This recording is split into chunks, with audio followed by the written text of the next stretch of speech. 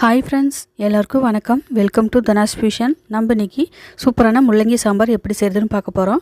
இப்போ தான் நம்ம சேனலுக்கு வரீங்கன்னா சப்ஸ்கிரைப் பண்ணிட்டு பாருங்க. இப்போ வாங்க வீடியோக்குள்ளே போகலாம். 100 கிராம் துவரம்பருப்பை இந்த மாதிரி குக்கரில் ரெண்டு விசில் வச்சு எடுத்துக்கோங்க. இது நல்லா ஒரு டைம் நல்லா கலந்து ஒரு கப்பில் எடுத்து வச்சுக்கோங்க. இப்போது ஸ்டவ் ஆன் பண்ணிட்டு ஒரு கடாயை வச்சுக்கோங்க. எண்ணெய் 1 டேபிள் ஸ்பூன் அளவுக்கு விட்டுக்கோங்க. இப்போ இந்த எண்ணெய் சுடானதுக்கப்புறம் தாளிப்புக்கு கடுகு, உளுத்தம்பருப்பு 1/2 டேபிள் ஸ்பூன் சேர்த்திக்கோங்க. இது வந்து நல்லா பொரிஞ்சு வரட்டும். பொரிஞ்சு வந்ததுக்கப்புறமா சீரகம் 1/2 டேபிள் ஸ்பூன் சேர்த்துட்டு அதுவும் நல்லா பொரிஞ்சதுக்கப்புறமா வரமிளகாய் 2, அடுத்ததாக சின்ன வெங்காயம் 6, இது எல்லாத்தையும் சேர்த்துட்டு நல்லா கலந்து விடுங்க. இப்போ இது நல்லா வெந்து வதங்கி வரட்டும். அது கூடவே பச்சை மிளகாய் 2 கீரி போட்டுக்கோங்க. பெரிய வெங்காயம் ஒரு பாதி சேர்த்திக்கோங்க. இப்படி 2 வெங்காயம் சேர்த்து செய்கிறப்போ டேஸ்ட் வந்து நல்லா இருக்கும். இப்போ இது நல்லா வதங்கி வந்துடுச்சு. இப்போ ஒரு முள்ளங்கி இந்த மாதிரி கட் பண்ணிவிட்டு ரவுண்டாக கட் பண்ணிவிட்டு சேர்த்திக்கோங்க. சேர்த்துட்டு நல்லா கலந்து விடுங்க. இப்போ ஆயிலையே நல்லா இது வந்து காய் வந்து நல்லா வதங்கி வரணும். கலர் வந்து லைட்டாக மாறி வரணும். இந்த மாதிரி நல்லா மாறி வரணும். இப்போ கருவேப்பிலை கொஞ்சமாக போட்டுக்கோங்க. இப்போ தக்காளி ஒரு மீடியம் சைஸ் தக்காளியை சேர்த்திக்கோங்க. சேர்த்திட்டு இதையும் இந்த வெங்காயம் இந்த காயெல்லாம் சேர்ந்து வதங்குற மாதிரி வதக்கிக்கலாம். இது சட்டுன்னு வதங்கிறதுக்காக உப்பு கொஞ்சம் சேர்த்து வதக்குங்க. சீக்கிரமாக நல்லா வதங்கி வந்துடும். நல்லா வதங்கி வந்தால் போதும். இப்போ இது நல்லா வதங்கி வரட்டும். பாருங்கள், இந்த அளவுக்கு வதங்கி வந்தால் போதும். ரொம்ப வதங்கணும்னு அவசியம் கிடையாது. இப்போ சாம்பார் பொடி 2 டேபிள் ஸ்பூன் அளவுக்கு சேர்த்திக்கோங்க. உங்கள் காரத்தை தகுந்த மாதிரி பார்த்து சேர்த்திக்கோங்க. சேர்த்துட்டு எல்லாத்தையும் நல்லா கலந்து விட்டுடலாம். இப்போ எல்லாமே நல்லா கலந்து விட்டாச்சு. இப்போ இது எல்லாமே நல்லா வெந்து வரணும். அதனால் தண்ணி கொஞ்சம் இது கூட விட்டுக்கோங்க. நான் வந்து குக்கர் அலம்பின தண்ணி கொஞ்சம் சேர்த்திக்கிட்டேன். இது கூட இன்னும் 1.5 கப் அளவுக்கு தண்ணி விட்டுக்கோங்க.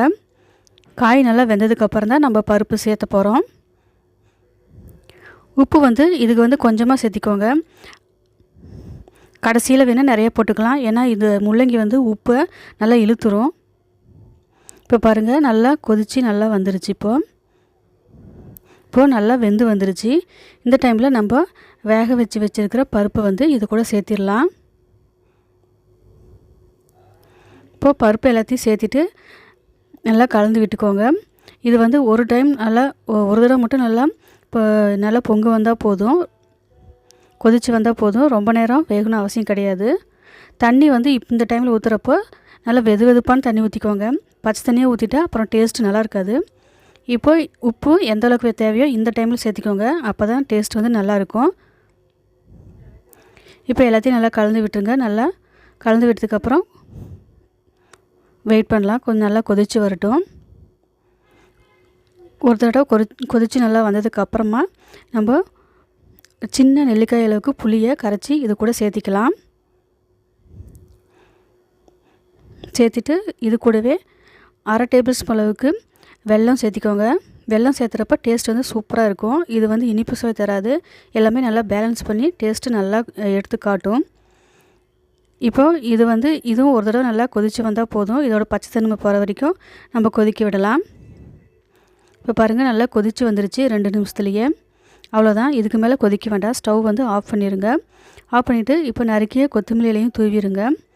இப்போது நம்மளுக்கு சூப்பரான முள்ளங்கி சாம்பார் வந்து ரெடி ஆயிடுச்சு. இதே மாதிரி நீங்களும் உங்கள் வீட்டில் செஞ்சு பாருங்கள். டேஸ்ட் வந்து ரொம்ப நல்லாயிருக்கும். நான் வந்து இன்றைக்கி சாதத்தோடு சாப்பிட போகிறேன். வாங்க சாப்பிட்டு பார்க்கலாம் டேஸ்ட் வந்து எப்படி இருக்குதுன்னு. இந்த வீடியோ பிடிச்சிருந்தா இந்த வீடியோக்கு ஒரு லைக் கொடுங்க, ஷேர் பண்ணுங்கள், கமெண்ட் பண்ணுங்கள்.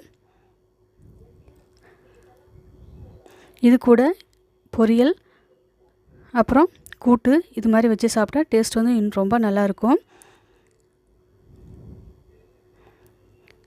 சாப்பிட்டு பார்க்கலாம் இப்போ டேஸ்ட் எப்படி இருக்குதுன்னு. சூப்பராக இருக்குதுங்க. கண்டிப்பாக நீங்களும் வீட்டில் நீங்கள் இதே மாதிரி செஞ்சு பாருங்கள். நாளைக்கு வந்து இன்னொரு வீடியோவில் பார்க்கலாம். தேங்க்யூ ஃபார் வாட்சிங்.